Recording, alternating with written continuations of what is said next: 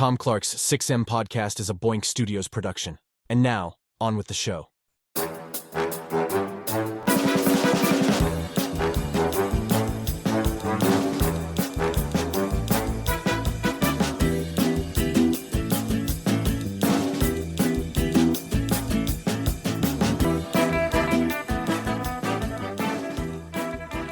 Hey, what is up? Welcome to Tom Clark's 6M podcast. I'm your host, Tom Clark, and in this episode, I'm joined by co-host Phil Lindsey.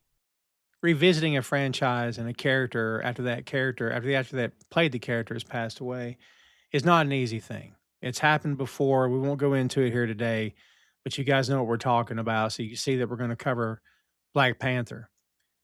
To this day, and it's not been that long ago since Chadwick Boseman passed, it's still a touchy subject for a lot of people. For a lot of people, meaning his fans, who just adored this guy. And I'm not talking about that weird, hero worship that people do with celebrities. I'm talking about respected him because he was good at his craft. He had an ability to bond with you, even though you'd never met the guy before. Such a great actor. Very human, very personable, it always seemed like. Always seemed to be like a very humble guy. All these things help, but they also hurt when that actor is taken from us way before his time, which is what happened with Chadwick. There's rumors abounding as we record this that he has been recast. Not he has, but the Black Panther has been recast. We'll get to that a bit here today and a lot more stuff because we got a big movie to talk about. And we've never done this film for a couple of different reasons. One of them being it's just hard to talk about even after all this time. But we are going to cover it here today. Avengers Doomsday is coming. So we want to reference that too. So it seemed like the right time. But before we start reviewing this film, let's do this. Black Panther, Wakanda Forever is the emotionally charged sequel to Black Panther and the 30th film in the Marvel Cinematic Universe. Released in 2022 and directed by Ryan Coogler, co-written with Joe Robert Cole, the film confronts grief, legacy, and leadership following Chadwick Boseman's off-screen death. Wakanda faces political pressures, the rise of a new threat from the underwater kingdom of Talokan, and the emotional journey of its people, especially Shuri, as they redefine what it means to be Wakanda. Released on November 11th, 2022, as we said, after a world premiere on October 26th, the movie grossed over $859 million worldwide, won an Academy Award for Best Costume Design, and set up future MCU stories, including Ironheart. It is widely praised for its performances, visuals, and its thematic depth, making it one of the MCU's most poignant entries. And that is your lowdown for Black Panther, Wakanda Forever. So Phil, we were just talking about off mic how many people have only seen this film the one time, and it's too hard to watch since then, and I am one of them. Are you also one of them? Yeah, I've seen it since the first time I saw it, but I haven't seen it in a few years. It doesn't seem like this was that long ago, but I suppose it was. This movie was released in 2022, correct? Yes. And I believe that Chadwick passed away in 2020. So yeah, we're close to 6 years since his passing. It doesn't even seem like that much time has passed, but yeah, it's that's quite a big chunk of time. And revisiting this movie, it is still very emotional. But I think that that's a part of what makes this such a beautiful movie. I mean, all the themes of grief and legacy and a lot of the message of the movie works so well just with the story of Black Panther and with the mythos of Black Panther. But with the real life stuff, with Chadwick's passing, it makes it even more poignant. And I mean, there's so many more things I noticed this time around that feel like a celebration for Chadwick and this character and his debut in MCU.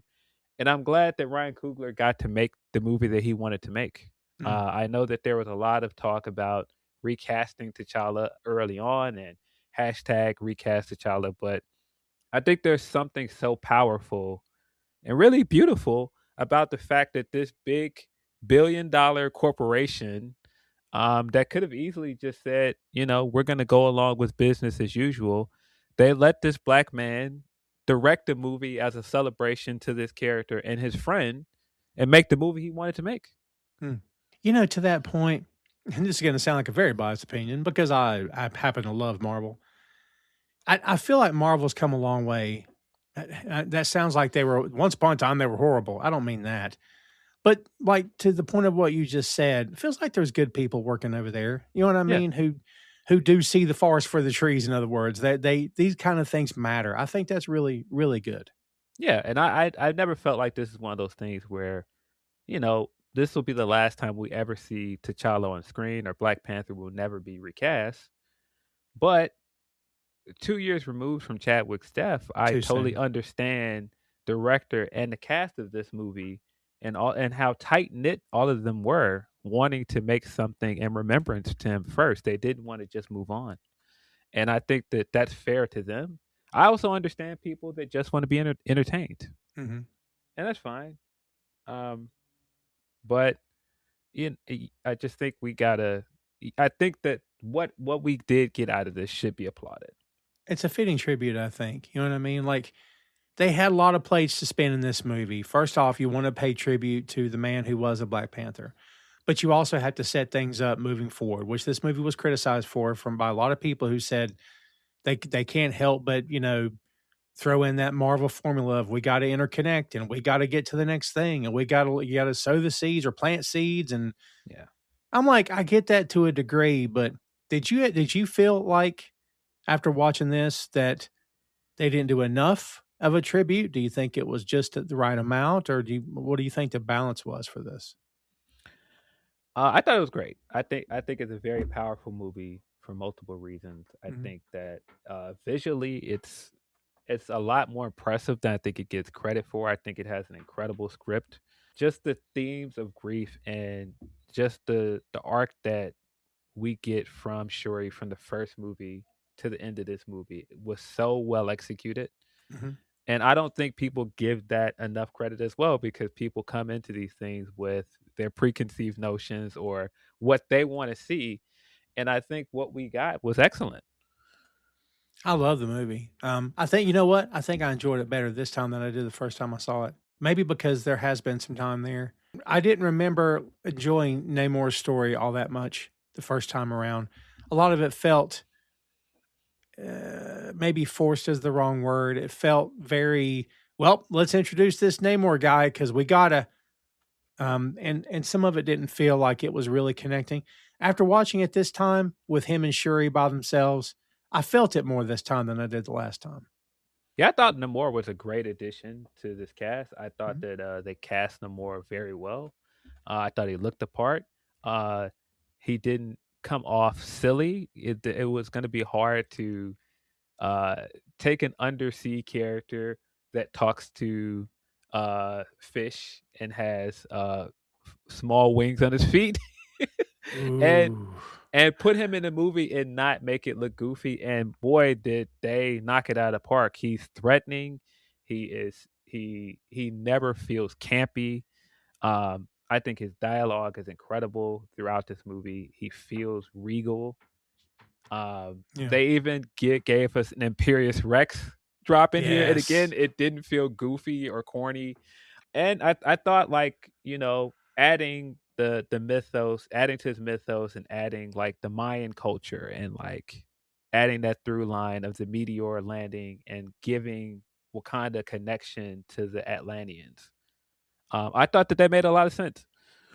I mean, had this movie come out before Aquaman, you could have just said Atlantis and it'd been fine. Yeah, but I thought this. I thought what we did get his backstory was really really well done. Yeah, I like it. I like it a lot. And let Arthur and Aquaman be from Atlantis. I mean, in Yeah, my head, that's why we did this because we couldn't say Namor's from Atlantis. Well, no, it's too much. In the comics, it's fine because we all understand it's two different characters, two different universes. But for moviegoers, we're going to go, does he know Aquaman? So yeah, it's going to be much different. So the fact that they went and created this whole other backstory and a lot of the words, the language, the gods they talk about, either they're directly from Mayan culture or they're like two letters away. They're just yes, pronounced differently. Yeah, I love all of that textured background. I thought it was really nice here.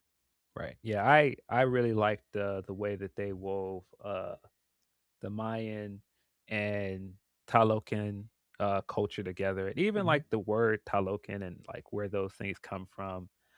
There's history behind it, like the history behind like the myth of Namor. I thought that that was handled really well. Mhm. Uh, when he tells his backstory with his mother, and he comes to the surface as a kid, and the we get where he derived the name Namor for. I thought that that was incredible.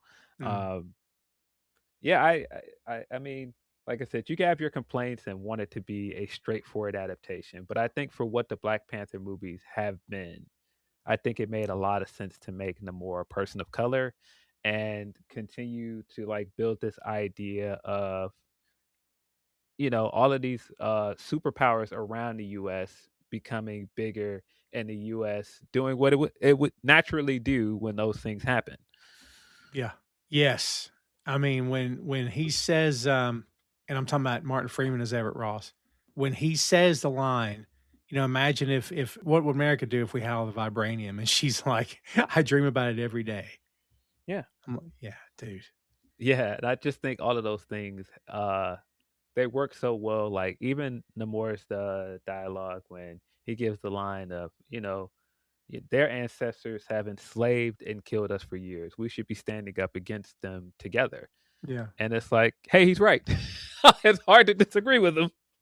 Yeah, he's there's part of me that wanted to draw like Malcolm X and Martin Luther King vibes here, kind of like what they did with Professor X and Magneto. I don't know that it's on that level, but I kind of felt that to a bit like for a bit like Namor's like, hey, by any means necessary. And Shuri's like, we can't do that. That's not what we do. We can't just attack. We have to, I kind of felt that vibe. I don't know if that was intentional or not, but I kind of Yeah. like that yin and yang of both those characters. Yeah, and you can tell that I don't know this for certain. I'm sure that there are reports that would tell you, but it seems like Namor was always planned as the uh, villain for this movie. It is a bit of a shame with their history in the comics that we didn't get T'Challa up against Namor and like Yeah. their philosophical differences playing out as kings. Um, and you could tell that that's kind of where this was leading. But I thought that they did a great job of adapting it and using Shuri instead. Yeah, well, he's painting on that wall through the whole movie, and then by the final moments of the film, it's him fighting a Black Panther on the painting. Yeah. So like that was a nice touch for sure. Well, kids, we know where we are. If you've seen this film already, you know how it opens. We got the Marvel logo at the beginning. I cried in the first of this today. I admit it, and I cried in the end. I couldn't help it when that logo come up and it was quiet and the music was barely playing. Dude, I don't think music was playing at all. Yeah. What a moment, man. It's a Chadwick in every shot. There's so many hidden Easter eggs in the Marvel logo of his past appearances. There's script dialogue they added in. Man, what a great opening that was. Yeah, the first 8 minutes or so of the movie are just amazing. What a great tribute. And we get another one later in the movie, but um, we start the movie with Shuri trying to recreate the heart-shaped herb, and Yeah. just the sound for it is just so great because we get minimal sound for it. There's no music playing. It's just her trying to create the herb, and then she gets the news that T'Challa has passed, and that's when we get the Marvel logo. And even with that, like, there's no music playing over it. There's nothing. Mm. There's just like minimal sound, and we're just, I mean, see it in the theater for the first time, and for a lot of us, that was the first time we saw Chadwick on screen again, Yeah. and that was it, just like quiet and just like those clips of him as Black Panther, and it was really stirring, man, and it was just such a great moment of silence for him. Well deserved, Yeah. because what he did with this character, what he did with his career and his life. I still just think that it's amazing that he suffered in silence, and that was referenced in this movie. Um, and he decided with his career he wanted to bring all of these black icons and bring such positive representation of black people to life on screen. That's what he wanted to do with his career, and he did that all the way up to then. He did. He did play Jackie Robinson, James Brown, and the Black Panther. That is Thurgood insane. Marshall. That's right. I Uh, forgot. Yeah. yeah, Oh what my a God. career. Right? Yeah, it's hard to watch, man. I'm so glad they didn't do CG, and I'm so glad they didn't do footage of him that they had not used, like on the cutting room floor kind of thing, and then Yeah, repurpose it. I mean, they showed his face on the building, which was great, and yeah. we saw him in flashbacks. But man, I'm glad they didn't go that route of doing something else. Yeah, I don't think Coogler would have allowed for that. But that's also again why I think it's just such a testament to this film that they let Coogler honor him and make the Yeah, movie he wanted to make. Because in somebody else's hands, it might not have been handled with as much care.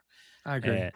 And I think like the funeral procession was incredible as well. Like the way that they handled like the Wakandan rituals, and then it felt very much like the way they handle funerals in New Orleans, where it's like once the dead are put to rest, then it's a parade, then it's a party because this isn't a sad moment.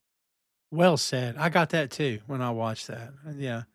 That everyone's smiling. The family's grieving, but everyone's smiling because it's like, this was our king. This was one of us. Let's, like you said, let's celebrate. He's Yeah. always with us, that kind of thing. Yeah, and one of the things we get throughout this movie is that for Wakandans, and really should be a message for us through life, that death is at the end. Mm. When someone leaves here, that isn't it, because we still have their memories, we still have everything that they taught us and everything that they did for us in life. Man, it's tough to watch. It was so hard to watch today, even though I knew what was coming and everything. Haven't seen it before, of course, but well, following T'Challa's death, as we're referencing here, Wakanda is mourning while navigating external threats and internal transitions. Global powers covet vibranium, when have they not? And the underwater civilization of Talokan, led by Namor, emerges as both a political threat and a thematic mirror for Wakanda, which I definitely believe that's what's going on. It's a mirror of, there's a lot of similarities, but a lot of differences. This Mhm. idea that these people went down for their kingdom, like physically went, and then Wakandans went up. And it's just a sort of the yin, like we said before, the yin and yang of the whole thing. Key leaders, including Shuri, Queen Ramonda, Nakia, and Okoye, and M'Baku, must balance grief with governance while facing a new era for Wakanda.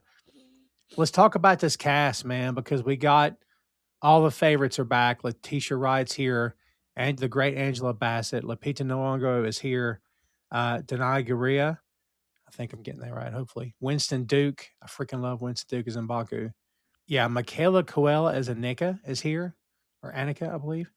Dominic Thorne as Riri Williams. This is our first look at who would later become Ironheart. And of course, Martin Freeman as Everett Ross, and several other people that we'll get to here shortly. And of course, we cannot forget Namor. This is Tenoch Huerta Meja, I think. And again, folks, if I'm butchering your names, apologies. Great cast here, man, but we've got the familiar faces back.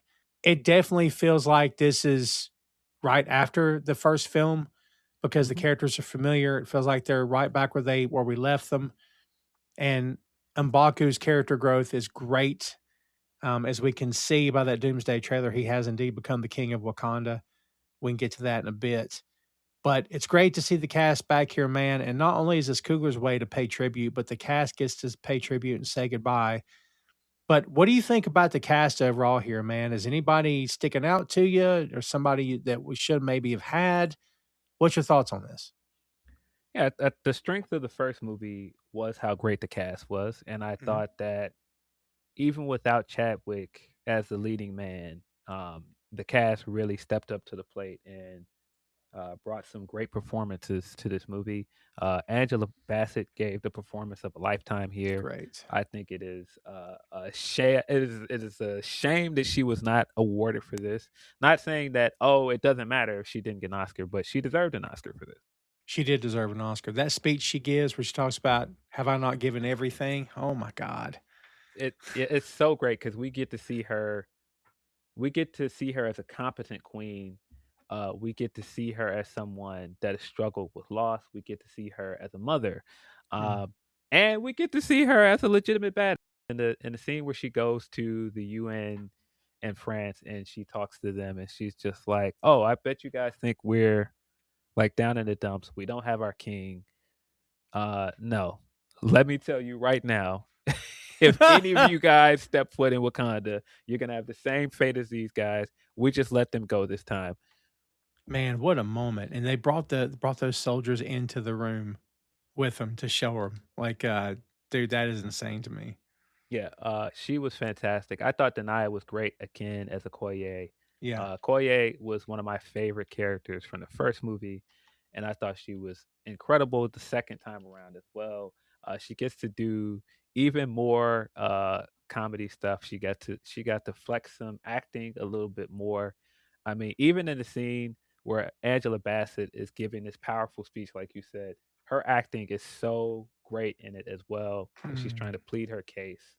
And really, when Ramonda lays it out, it's like, I can't really help you on this one, Okoye, because she does have a point, and I'm glad that she kept all of this continuity intact. Well, Ryan Coogler and the writers of this kept the continuity intact of Ramonda being like, well, wait a minute, I did give you a second chance when you backed Killmonger when he was king, and I gave you a second chance again when I told you don't take my daughter off on this mission. No, I'm out of chances for you. When she first started laying into her, I felt like, yeah, this is too much. But then midway point of the thing, I was like, yep, nope, she's got a point. So Yeah. Yeah, but yeah, she was fantastic. The fight scene on the bridge is so good, so and good. she is so great in all the action scenes. She's so believable. Um, she never feels like it's forced. She's great. And she's not restored to the Dora Milaje by the end of the film, is she?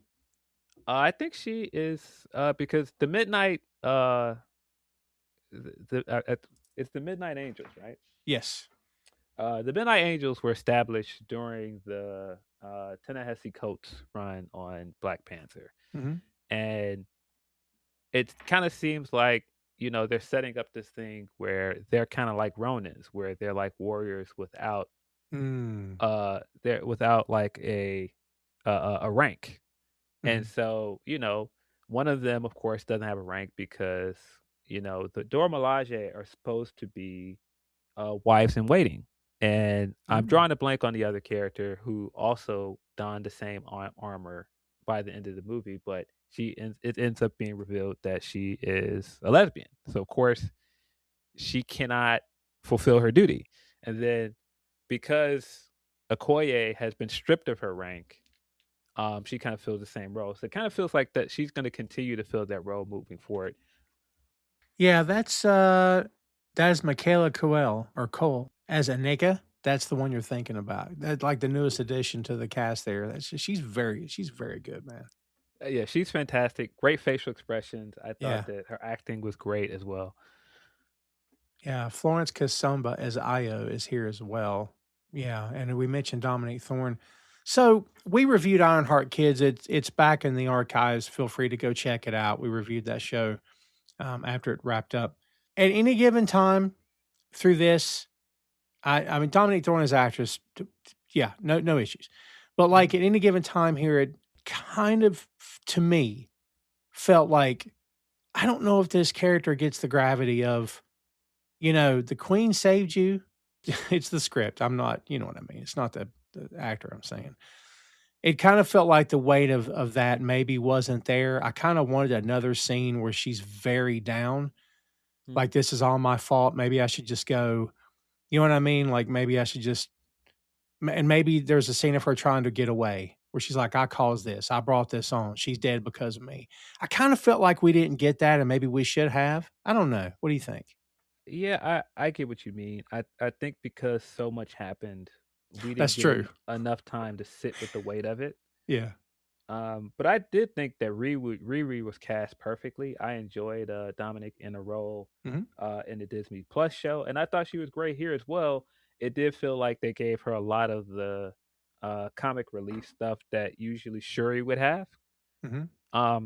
So I thought, and I thought for sure you needed a character that was around her age as well, because the rest of the cast, she's really playing off a lot of people that are older than her. So I thought it made sense to add somebody for her to play off of that could be seen as a peer. Yeah, that's true. Boink Studios YouTube is the home of Tom Clark's 6M podcast. Tom Clark's Main Event, Bear Mode, a podcast review of The Bear, and Two Nations Under Ted, a Ted Lasso podcast. Subscribe to the channel for archives that date back to 2014, with new content being uploaded every week. And check out boinkstudios.com for links to every podcast platform, social media, special announcements, and a lot more. Bookmark the site today. Thoughts on that red armor? Because a lot of people did not like that red armor when this movie came out. It's very CG, and I think that we got so used to seeing so much practical armor with the Iron Man armor. Mm-hmm. And I think that that's really what people's issue is. But I thought, like, for the most part, the armor was fine. I just think it's just noticeably CG, and it stands out. Yeah, for sure. Alex Livinelli as Atuma is here. Does he not just look exactly like the freaking character in the book? It is insane. Like, he looks so Yeah. good. Yeah, I thought the Talokans were very cool. I thought, like, their presentation early on, like, just like the design for their armor and everything was really cool. I thought Atuma felt threatening. You could tell that this guy could end up being a villain. If they want to make a Namor movie, this guy would make perfect sense as a villain moving forward. But yeah, I thought, like, the world building that they did with Talokan and the little bit that we've seen of it, and then with the characters that they created, I definitely wanted to see more of him and Namora by the end of this movie. Yeah, and he is a villain in the book, so Yeah. I feel like they'll get there at some point. So yeah, we'll see. That Doomsday movie's coming, kids. More on that in a bit. But this movie was released during Phase 4. It's a very famous thing if you're an MCU fan, count down the phases. Wakanda Forever is the 7th film in the post-Avengers Endgame slate. And before this film, we got Black Widow in 2021, Shang-Chi and the Legend of the Ten Rings in 21, Eternals in 21, but we don't have to talk about that. And Spider-Man No Way Home in 2021 as well. Doctor Strange, The Multiverse of Madness in 2022, and Thor Love and Thunder in 2022 as well. So Marvel's still churning along here after Endgame. And as we said before, T'Challa's passed off screen, and we've got the threads coming up from Talokan. You know, I kind of like the idea of there's this whole other kingdom, this whole other nation that no one knows about. We've already got one. Like, Wakanda was never believed to be a real place. There'd always been rumors, but it was like a myth or like tall tales. But no one knows anywhere at all about this except like the natives who aren't exactly on Facebook every day telling everybody about what they saw, right? It's just not that kind of thing.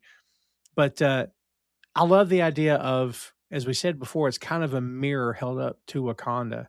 Culture, the way they dress, the way they organize, you know, the family's very big, of course.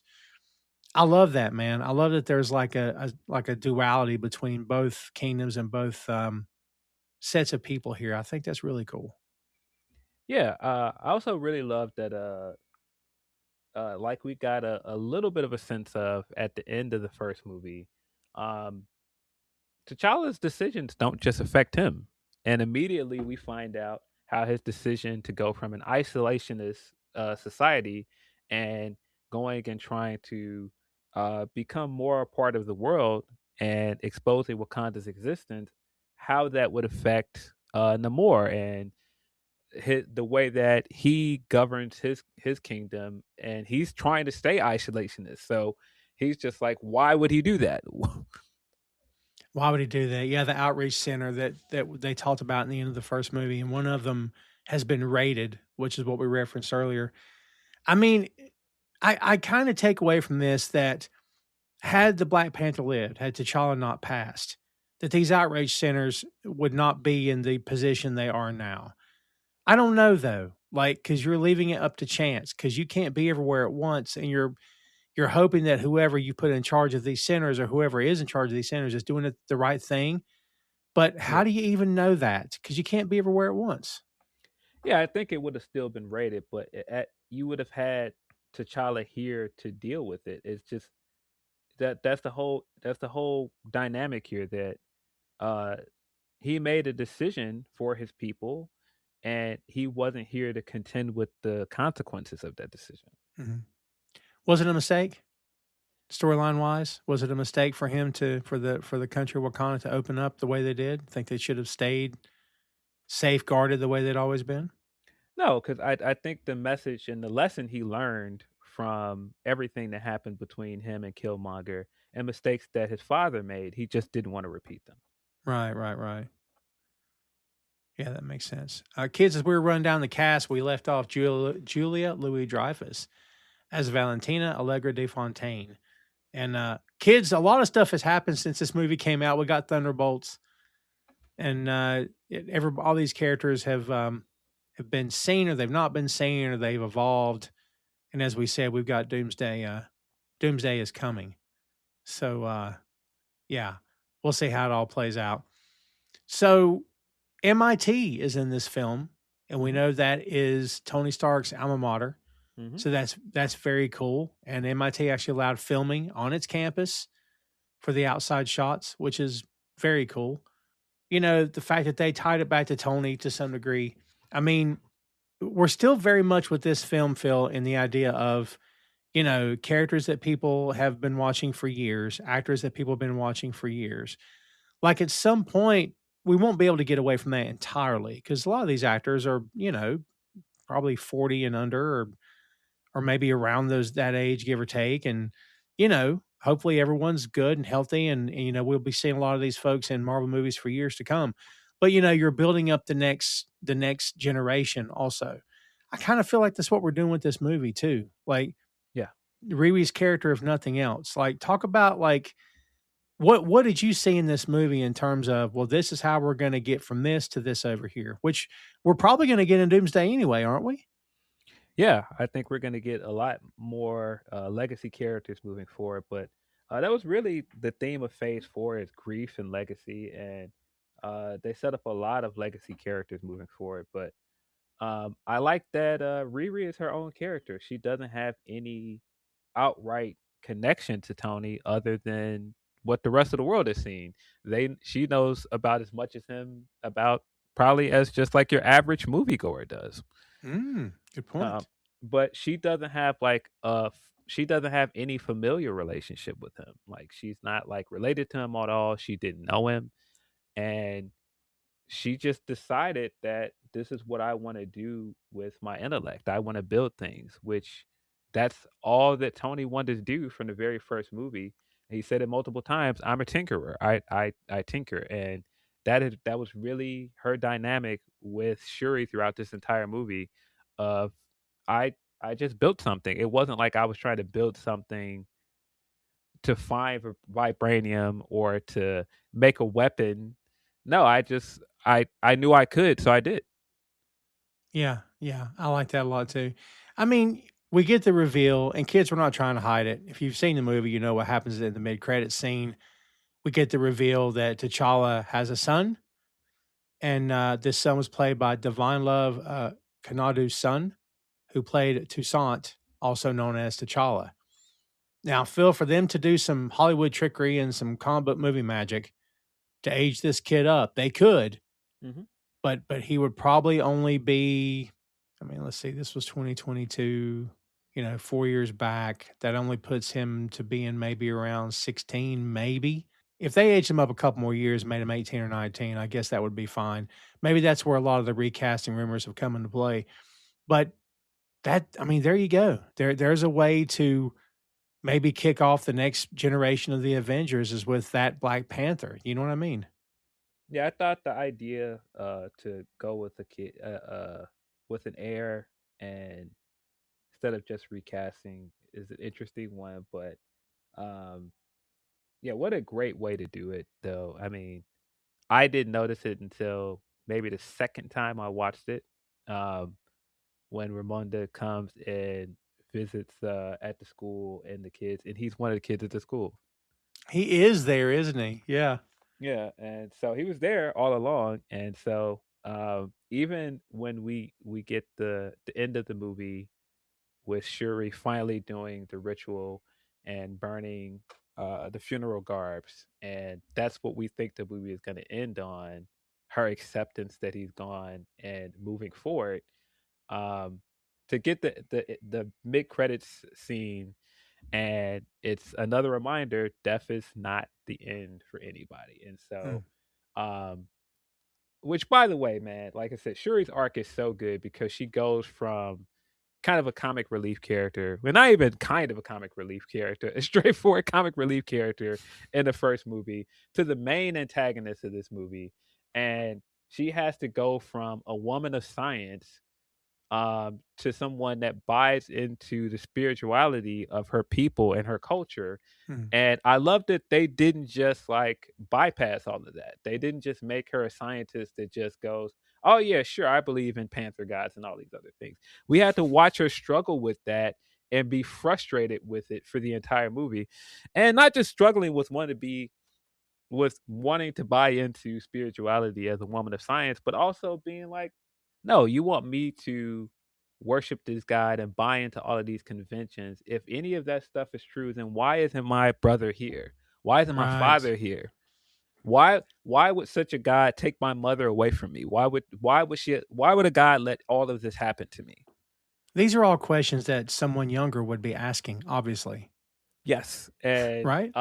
yeah, so she didn't have what T'Challa had, that his father guided him along the way and taught him all of those things. Mm. She didn't have her father anymore, and then she didn't have T'Challa either to guide her. And so yeah, of course she would be frustrated with all these things. But her arc throughout this movie, and to get to the end of acceptance that her brother was no longer here, and to finally just burn the funeral garbs, and that's the thing that we end the movie on. And then we get the mid-credit scene of her meeting Toussaint, and then her laughing at the end, because it's probably the realization that a lot of us have if we've lost a parent, that even after they're gone, they're still teaching us stuff. Did you have it ruined for you? Did you know? No, I I did didn't not. either. I'm glad I I didn't did. either. And I mean, you can see it coming when you can see her walking up in the distance, and you see it, and it's like it's his son. I'll be straight with you. Even though I saw, and I'm thinking, well, they're out of school. This could Yeah. just be this kid wants to meet you. That's so. What a bonehead I was. Like well, this is just some kid. But the closer they got, I thought, wait a minute. Yeah. Oh crap! Like it just kind of hit me. So Yeah, and like, man, again, just the care that went into writing this movie, because it would have been easy for T'Challa to just win the day in the first movie mm. and beat Killmonger and just move on.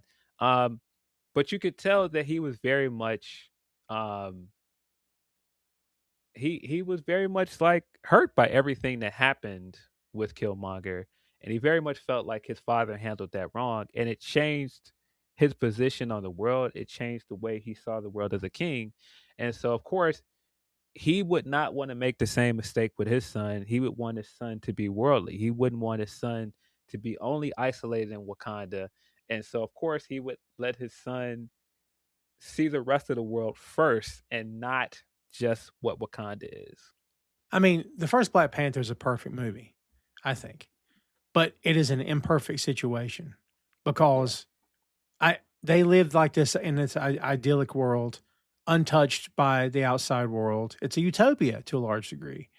And this family should be happy and everything should be spotless. But it ain't spotless because of what the dad did to his own brother. It ain't spotless by any means.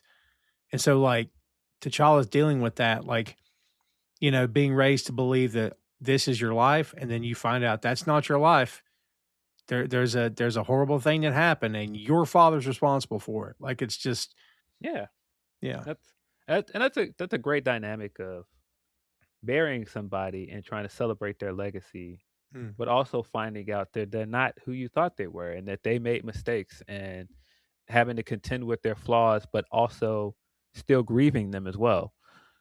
Yeah. that's a very Marvel thing to do. Like, Yeah. you know what I mean? Let's have these characters, let's F them up and see how they deal with it, which is what you do anyway. That's the right way to approach it. Yeah. Yeah. Yeah, it just, I mean, again, just everything they did with Shuri as a character and having her struggle with like a lot of these spiritual conventions and rituals and traditions and being angry, being rightfully angry in some ways. Mhm. I mean, even when she gives the line and it hits so close to home because again, Chadwick Boseman did suffer in silence, and her saying, my brother suffered in silence, and that just doesn't make sense to me. Why wouldn't he let me help him? Yeah. Jeez. Such a private guy, right? In the real world and in the MCU as well. What did you think about the choosing the name Toussaint for his son?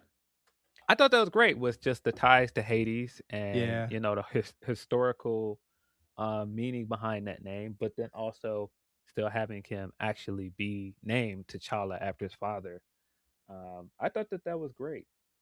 Toussaint makes a lot of sense with where they were as well. Yeah, for sure. I enjoyed that as well. Just a nice touch. I feel like they just checked off a lot of boxes here, man. Do you know what I Yeah, mean? Like, it just felt like they were in the midst of, we're going to pay tribute to this man. I mean, they also managed to do a whole lot more, which couldn't have been the easiest thing in the world. You know what I yeah, mean? yeah. Like I said, just a lot of Easter eggs that they did for him in this movie to celebrate like his debut, and I mean, it would have been so easy, like you said, for Shuri to finally take the herb and go to the ancestral plane, and we get like a hologram of him, which would have been incredibly hokey. Um, but having her go there and he's not there, it added so much to her arc in this movie as well, and it felt like, yeah, logically, yeah, he wouldn't be there with the way she was struggling with her spirituality, and just the fact that she wanted revenge. And Uh, so bringing Killmonger back here, I thought that Yes. was a great cameo. I thought it made perfect sense, and it like I said, it was such a great twist because I think we expected maybe Ramonda, we expected maybe somebody else, maybe it could have been her father, Mhm. um, but for it to be none of her ancestors and it's him, and he's very realistically telling her, yeah, what were you really looking for? You don't have to lie. Just tell Mhm. me what you really want. Why'd you really take the herb? And that scene, it just works so well. And then when she comes back, we get the same, because again, you could have just moved past it, but this movie is written so well. She comes back and she was like, I did everything right. I did everything I was supposed to do. Why didn't they come back? Where are they? Right. Yes. Yeah. She's upset because it didn't work. She says it didn't work. I loved seeing Killmonger back here. And I'm sitting there going, well, it's the ancestral plane, so it's probably him. At the same time, if it's not him and she's just talking to herself, Yeah. that also kind of works. Yeah. You know what I mean? Like, she's also having that internal struggle. Yeah. But having him sitting on the throne, Yeah. very similar to the way he sat on the throne when he took over, I thought that was a great touch. And again, having that twist of her show up in the throne room where her mother died, so she thinks it's gonna be Ramonda, and it's not her, it's him. Mhm. That was great. Having the room change with their conversation when she talks about how he burned the herbs and burned the garden because he was a coward, and the room starts to light on fire. Really, really great stuff. But I also love that they cut off the conversation and we don't get the end of it until in the middle of the fight with Namor. Because Mm. if we had seen the end of the conversation, it would have been easy to kind of surmise where it was going. True. Yeah. Tom Clark's 6M podcast is sponsored in part by Radius Law Group. Every day, Radius helps individuals, families, small businesses, and nonprofit organizations throughout North Carolina, Florida, and Pennsylvania resolve their legal issues by providing effective legal counsel in the areas of estate planning, as well as elder law and Medicaid. Radius Law holds the radical belief that working with a lawyer can indeed be enjoyable. So give them a call at 1-800-519-5667 for more information and tell them that Tom Clark's 6M podcast sent you. You know, speaking about, Namor attacking, I also, the first time I watched this, kind of felt like the attack, I won't say it was unprovoked, but kind of felt like too much. But having watched this back, and I think this is credit to the actors involved and the writing, of course, but having watched this back and how Namor just, as gently as he could possibly say it, without overtly threatening anybody, he never overtly threatened Shuri. I guess you could say he meant to or whatever. But he took great care to just show her what they had built and how it was now being threatened because of what they kept calling the scientist, which is a kid. But like, after you really spend some time with them in those scenes, and then they come in to rescue her and they kill one of their people, yeah, it kind of feels like, all right, well, that's the end of that. We tried. Yeah. Yeah, all of the scenes underwater were handled so well. They're so beautifully shot. Talokan looks incredible. I thought like when Namor brings her down, his explanation was like, "Oh, I couldn't do that. Your blood would become toxic and your bones would be crushed. Or we could just give you a suit. We got a few of those." Yeah, we got those. That was great, but just like, man, the way it was shot of him going to end of that cliff and he's standing there in the shadow, and then they flip over the cliff, and that's when we see Talokan, and it's beautiful. All of the scenes between Namor and Shuri before they even go to Talokan were handled so well as well. But yeah, you're right. When uh, when they leave and Shuri is trying to save I keep wanting to say Atlantean, but Talokan that's laying on the ground, and she's like, "Oh, you don't understand. This will mean war. You can't let her die," because she already knew he's not gonna stop now. Like, we've made a big mistake, and I can see where you're coming from. I think if you look at it like on the surface, like, well, wait a minute, they were just having like a friendly conversation less than 20 minutes ago in this movie, and then he showed up and like attacked Wakanda, killed the queen. That was a bit much. But no, he's been saying from the beginning, this is who I am. I have no love for the surface land. All this is a means to an end. You have to align with me because it's the right thing to do. Those people are your enemy. I'm not your enemy. And if this is going to be the thing to get you to see it, maybe I have to kill your mother. Now you're like me. Now you don't have a mother. Now you have no people. Now you see that you're a queen. Your people is all you have left. Side with me. It's the only right decision. Two things. One, I love that M'Baku had to be the one to talk her off the ledge. Of all people, because he's always called her a child, and she pointed that out to him. But when he calls her out on it and is like, but if you do this, this will be eternal war. Yeah. This will be all that we know. And she's like, well, doesn't the queen deserve it? And he's like, yes. Doesn't the death of the queen deserve it? He's like, yes, it does. Yes, she does. Like, he emphasizes it. Great moment. But like, he has to be the one to talk some sense into her. And in the end, she chose not to kill him. Yeah. Like, she couldn't, Phil, right? Because if she had, then it would have been, she's not, it's more than just beating this guy. It's dealing with the loss that she's already suffered. She could not just flat out murder this guy. Yeah, because it wouldn't end there. It would have been endless war, and it wouldn't have made any of this better for her. At the end of the day, her family is still gone. Yeah. We got some great lines in the conversation with M'Baku. When she repeats his line back to him from his initial challenge from the first movie, that was great. And then he gives the great line in response. Way too much has been taken away from you for you to be still considered a child. Really good. That was great.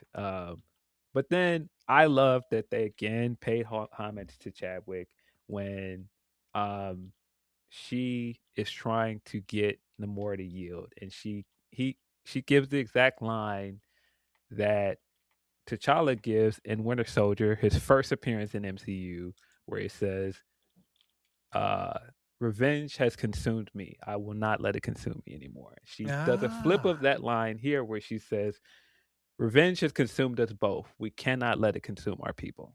that's great. That is really great, man. Good point. Yeah. By the way, a smart move to have her take the herb. Does it make sense? I guess Yeah, it does. Did it make sense to you? yeah. Well, she's next in line, Mhm. and I think it made sense with where we've seen like in the comics because Shuri has been Black Panther in comics. So Sure. I thought that made a ton of sense. They made it a mystery in the promotion for this movie, but I was sitting thinking the whole time, if anybody's gonna be Black Panther in this movie, it had to be Shuri. I kept thinking that too. The whole time we were anticipating what was going to be in this movie, I thought, well, it's got to be her because you're Yeah. not going to recast it. Just let her do it, you know? Yeah, but the reveal and just like her theme that the composer came with for this movie is fantastic. I still get chills when I hear it. It plays when she jumps down from the ship and she reveals herself to M'Baku for the first time. It plays again throughout the fight with Namor. It's so good. Yeah. When he's talking to her and he says, his people do not call him general or king, which is great. They call him, what is it? Kukul Khan? Yes. I don't want to screw it up. The feather serpent god. Killing Yes. him will risk eternal war. Like he knows. And when everyone gets to go stay or gets to they take them in, you know, and I love that his guard is always up no matter what's going on. Like, oh, you're gonna slum it with us. All right, cool. You know what I mean? I just Yes. love that character so much, man. Yes. What a great transition from a villain that wears a literal monkey suit in the Yes. comics to this character that has all of this nuance and dignity, and he's learned from all of his appearances. Of course, he wouldn't want to end up in eternal war because he's seen what's happened to Wakanda. It's not just that he learned from the first movie, but now at this point, he's been in the war with Thanos and he saw what that cost them for 4 years. He wouldn't want to go back into another endless war. Mm. Yeah, it's a nice touch. Making him king is a nice touch too. I like that a lot. He's come a long way, and like you said, he was basically one of the villains of the first movie, and you know, challenging T'Challa for the throne. But in the end, you know, again, I feel like he was misunderstood. And it felt like any given time that he and his tribe were kind of banished to where they were, which I don't know if that's the case, but that it always gives off vibes of, you know, we were outcasts. You know what I mean? Like they didn't want us around, so we're up in the mountains. That's where we belong, and that's who Yeah. we are. Great character. Winston Duke is fantastic. He Great is. actor. He did a great job again.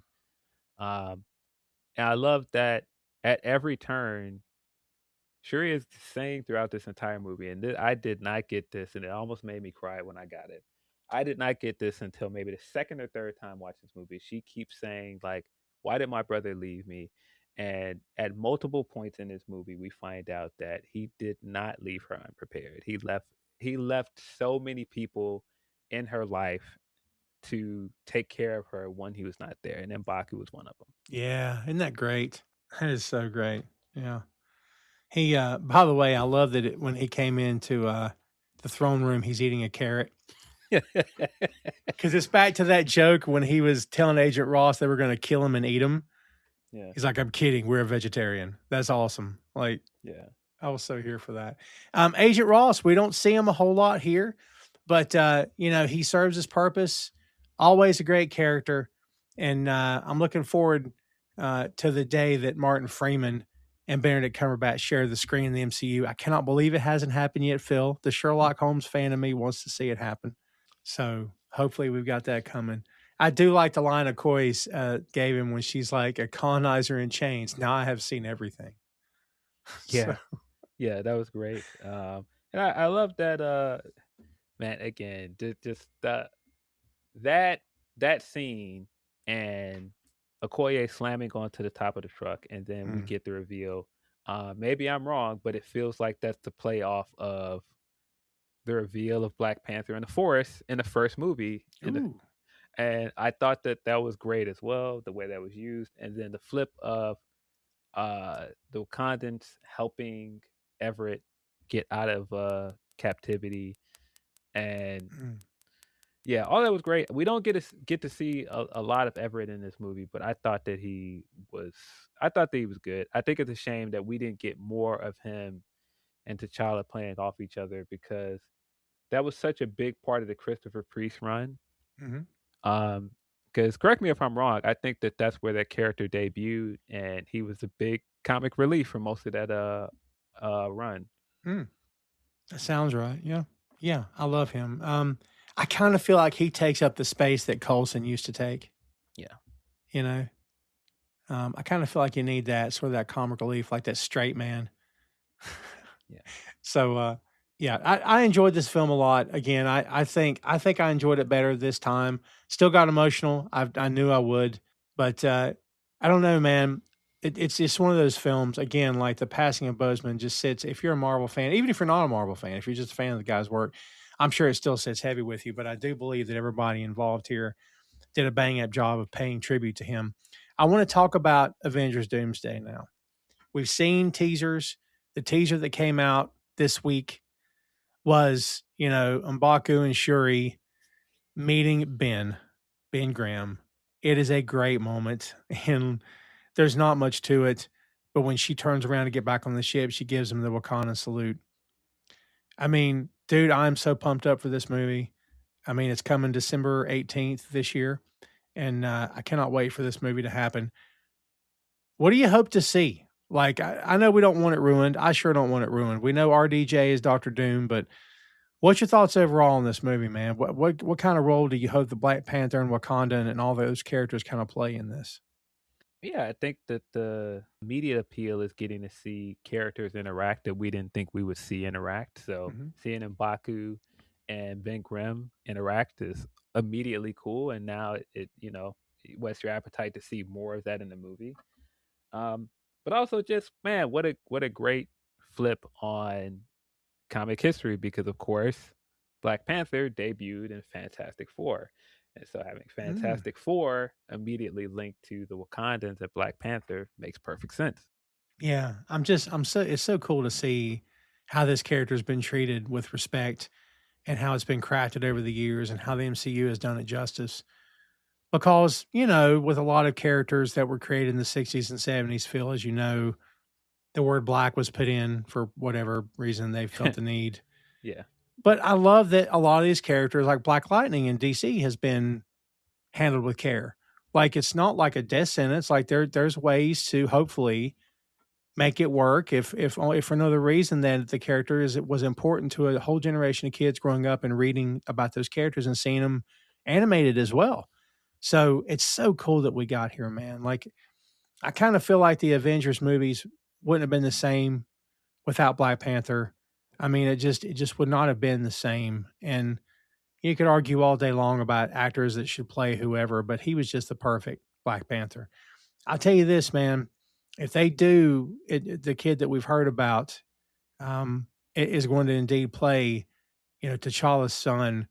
As long as everything is handled with care, as I said before, I hope that Ryan Coogler's getting some kind of input in the event in the Avengers films. Hopefully, Mhm. all these creators are on good terms and they can call and text and have meetings and get Ryan's input. I hope that's happening because I don't want to see anything that was established in these two movies to go and just to be forgotten about. Yeah, I agree. Yeah, I agree. I would assume that we are getting notes passed back and forth. I don't think they would just like not use anything that was established already in the first two films. Yeah, yeah. I hope so. I hope so. I will say this, man. We see Ben meeting M'Baku and Shuri, and it gave off vibes of Thor meeting the Guardians in the ship Yeah. to me. It's Yeah. I love that Yeah. we're getting back to that. But yeah, just establishing that corner of the Marvel universe already, and the links between Namor and Fantastic Four. And so seeing Namor in the trailer and seeing all these characters that fit in this side of the universe in the comics represented in a teaser trailer is really cool. Yeah, we got him as well. Um, Are you hoping he gives Sue Orm the side eye and kind of checks her out? Because I'm so looking forward to that.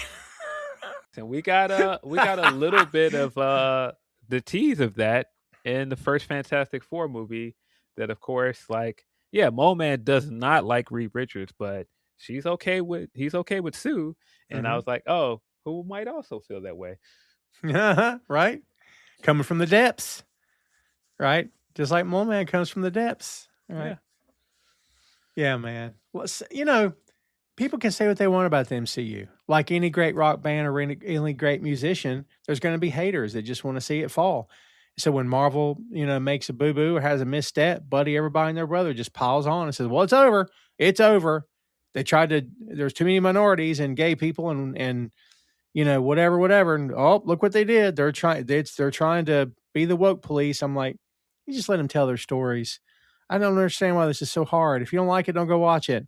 You and I together have spent countless hours lamenting the fact that people are effing weird and feel the need to just randomly hate on stuff because it's not what they like. Like, I don't know. As I said before, I'm in the back for this stuff, man. Have there been some missteps? Sure. Like, there's some stuff they've done I'm not a big fan of, but I'm not going to just, cut bait and run because there's so many good stories left to tell, Phil. Even if the MCU outlives all of us by 50 years, they won't be able to tell all the stories because the continuity and the stories that have been told since the 60s, I don't feel they haven't even begun to graze it. Like they've told some big ones, but there's so much left to tell, so much more left to adapt, Yeah, there'll always be stories. They've got decades and decades of comics to play off of. Yeah. Yeah, I'm looking forward to it. I'm looking forward to Avengers Doomsday and then Secret Wars after that. But my fingers are also crossed, kids, because the Russo brothers proved the last time out they could spin a whole lot of plates at one time and not drop any of them. Mm-hmm. So I'm hoping for the best on this because I want it all to work out. And looking through the lens of the Black Panther, that again, they've just created so much in this universe. We've got to see these characters evolve.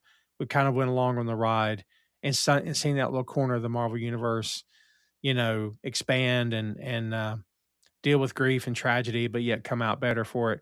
I just want to see that continued, and I don't want to see any one character like not get the proper amount of screen time. Which is, Phil, I'll also say the Russo brothers are great in dealing out screen time for these top characters. I mean, giving everybody enough time on the screen for you to get into their story and for them to have some kind of progress, some kind of forward movement.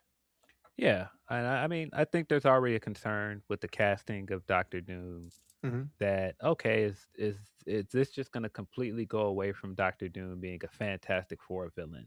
I think this teaser, if anything, it kind of does what and with Guardians, and I think that's why it's such a good example of Thor meeting the Guardians. It does kind of the same thing in that the Guardians really established the cosmic corner of the Marvel universe, and this teaser kind of does the same thing of establishing this microcosm of characters that are immediately affected by Doom in the comics. Good point. Yeah. What do you think about this cross pollination of, not quite what the origins were, but yet they're getting there? Like we're going to see Punisher in a Spider-Man film. Did we ever think we would see Punisher and Daredevil in a Spider-Man film? Phil, it's crazy. I'm so glad we're here. There's that report that Sony is going to be more willing to allow Spider-Man characters to appear in other Marvel things. So Wonderful. That could be a good sign. I hope so. Yeah, because Sony's always had a fair size stick shoved up their anal regions about things. I mean, it got hairy there for a bit. Tom Holland jumped in and saved the day as only Spider-Man could. Yeah, But, yeah. I think it took a lot of their spinoffs failing for them to see that this just wasn't going to work for them. They weren't going to be able to create this universe without Spider-Man. I mean, are you trying to tell me that Madam Web wasn't the satisfying comic book film that you hoped it would be? Come on, Phil. I wouldn't know. I've never seen it. Got to support the ladies, Phil. Even though the movie's just effing terrible, you just gotta. I've never seen any of those movies. I've never seen Morbius. I've never seen Madam Web. I haven't seen Craven. Haven't seen any of them. I saw two of the Venom movies. That's it. Me too. Yeah. I regretted seeing both of them, and I'm pretty sure I didn't go to the theater. I think I watched them after the fact because, same. And I like Tom Hardy, and from everything that I've heard, he loves doing that. Like he's having fun. Yeah. I ain't having fun watching it. So, Yeah. I don't know. Seeing him in the lobster tank, I just Oh could have turned the God. movie off. Like, all right, I'm done. If I'd been in the theater, I'd be like, I think I'm done. I'm leaving. I'll wait in the car. I don't know. Like, what is this? And that voice for Venom, it's one of the it's so comically over the top. It's almost like, oh, I can't stand the voice anymore. Please stop. Oy vey. Didn't think it was gonna become a Bash Venom podcast there, did you, kids? Well, you thought wrong. But no. Again, I for me, this movie was better the second time around. I kind of feel like I'd be more open to watching it again, but I'm sure the emotional bits will still get me. I mean, they Yeah. got us in the beginning, which they absolutely had to get you in the beginning. They had to, because you can't wait 30 minutes in or an hour in and address it. You got to do it right away, which I Yeah. felt was the right move. And then that mid credits thing at the end. So I know you said, I think the way you said it was, it's an interesting choice. Is it the right choice? Like, should that have been the move, was to give T'Challa's son, or could they have just done something different? I like it. I like it because it continues the theme of legacy. Mm, Um, and yeah, I love that. I love the way that we got to it. I love that the way that the movie built to it. mhm. Because there's so much sorrow for the entire movie, Oh and yeah. to end the movie with like this light at the end of the tunnel that he had a son and his legacy is still alive. I thought that that was a great thing to end on. That's well said. Yeah. I guess I hadn't thought about it like that, but that's yeah, a lot of grief and sadness in the movie, and then for it to end with that little kid smiling, that's pretty darn cool. So Yeah, and just again, just that realization to end everything on of Shuri smiling and realizing that everything's going to be okay. That a lot of stuff her mother was trying to tell her was right, mhm. and again that T'Challa wouldn't just abandon her. He wouldn't just leave her. Yeah, for sure. Yeah. Um, I thought all it was great, and man, and the credits as well are fantastic. Just the thought that went into a lot of this, having the funeral garbs playing while the credits is going and it's flowing, and they're slowly burning away, and then it reveals that it's burning away to Shuri in the Black Panther costume. Fantastic. And man, I don't know if we give these folks enough of a shout out. These production teams that handle the end credits for the Marvel films, a lot of these teams deserve an award for this because it's so good, man. You know what I Yeah. mean? Yeah, I mean, I don't know if you're ever going to replicate that feeling of watching the closing credits of Black Panther the first time in the theater and getting all the stars with like the moving credits that they had for that, cuz that was so good. But this was amazing with I think Rihanna's Lift Me Up playing as well. That was, it's hard not to get emotional watching it, man. Yeah, that's true. Yeah. There's kids, well, before we go, we mentioned Angela Bassett as did not get the Oscar. She was the seventh person and first woman to receive an Oscar nomination for portraying a comic book character. Seven other people, which I cannot have counted. Jackie Cooper, this is true, in 1931 in a movie called Skippy. It's true. Al Pacino and Dick Tracy in 1990. It's in the archives, kids. Paul Newman for Road to Perdition in 2002. William Hurt in A History of Violence in 2005. Heath Ledger for The Dark Knight in 2008 in the archives, and Joaquin Phoenix in The Joker in 2019. And only of the seven, only Ledger and Phoenix have actually won. So there you go. Kids, and also for anybody that thought maybe Black Panther should have retired or, been kept away or maybe they just introduced another character because of the passing of Chadwick. I think we've both said here on this show multiple times in the years that's followed that Chadwick himself would not have wanted that. This character means so much more to people outside of the MCU. It means a lot to fans. It means a lot to, again, to kids who grew up with that character when he was in the books and kids who grew up with the MCU watching the character. And, even Chadwick's family have come out and said, his brother has publicly said, Chadwick wouldn't want that. So the fact that it looks like they are continuing forward is very cool. Whether it's just Shuri or they recast with a man, doesn't matter either way. But it's cool that the character gets to continue. So I'm all for that. But as I said, Phil, fingers crossed, man. I don't know. I told you off mic, I only want to see teasers, but I'm never going to get a full trailer at some point. I just don't want anything spoiled. And the closer we get to December, the more the people are going to try to spoil this for you. And I don't want it to be spoiled. I just want to go in knowing as little as I possibly can. Yeah. Yeah. I hope that we get more of Shuri's story moving forward. I hope it's not one of those things where we just immediately move on from Shuri after one movie.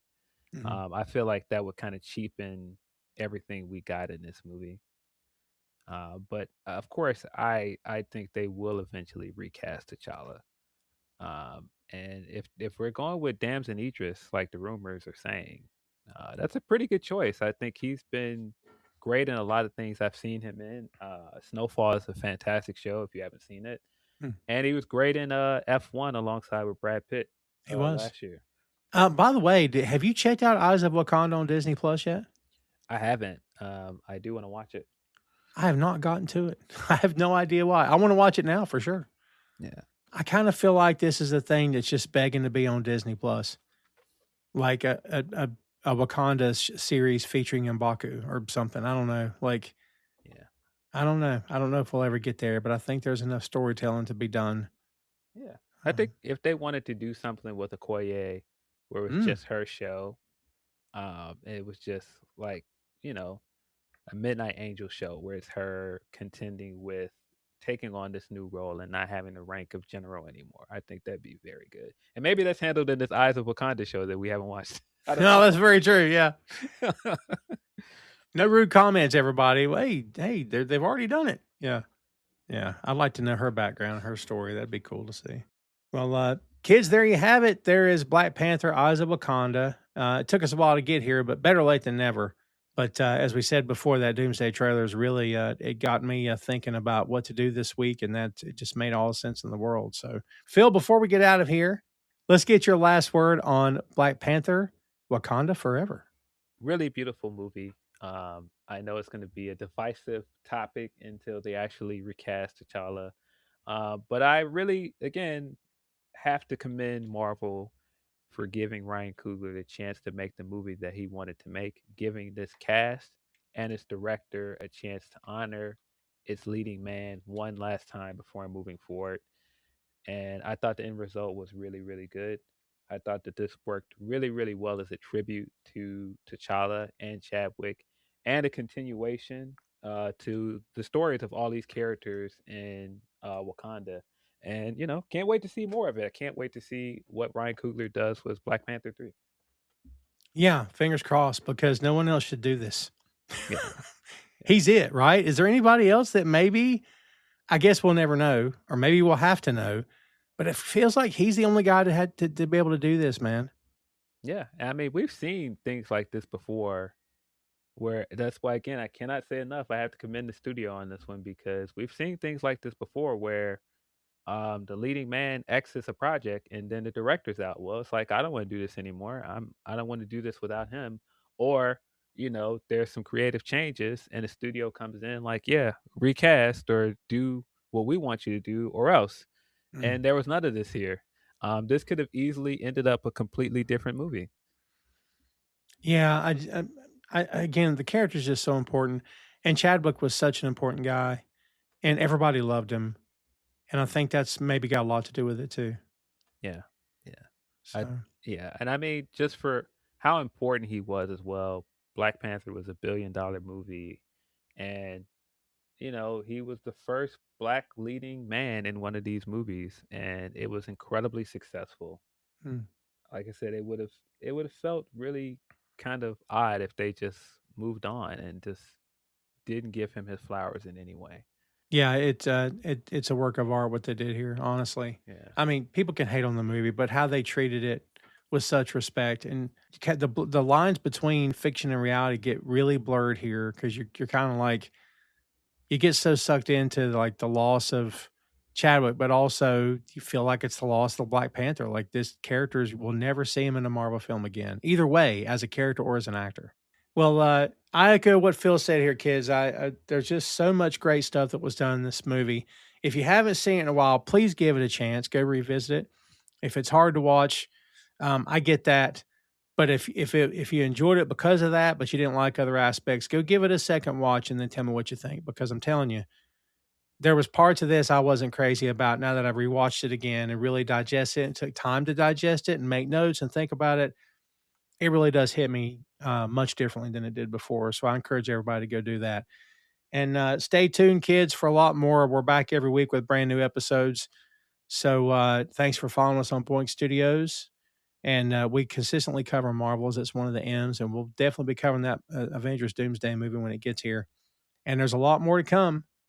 But for now, that is Black Panther, Wakanda Forever. Hey, thanks for listening to the show. Check out our social media on Facebook, Instagram, and Threads at 6M Podcasts. We'll see you next time.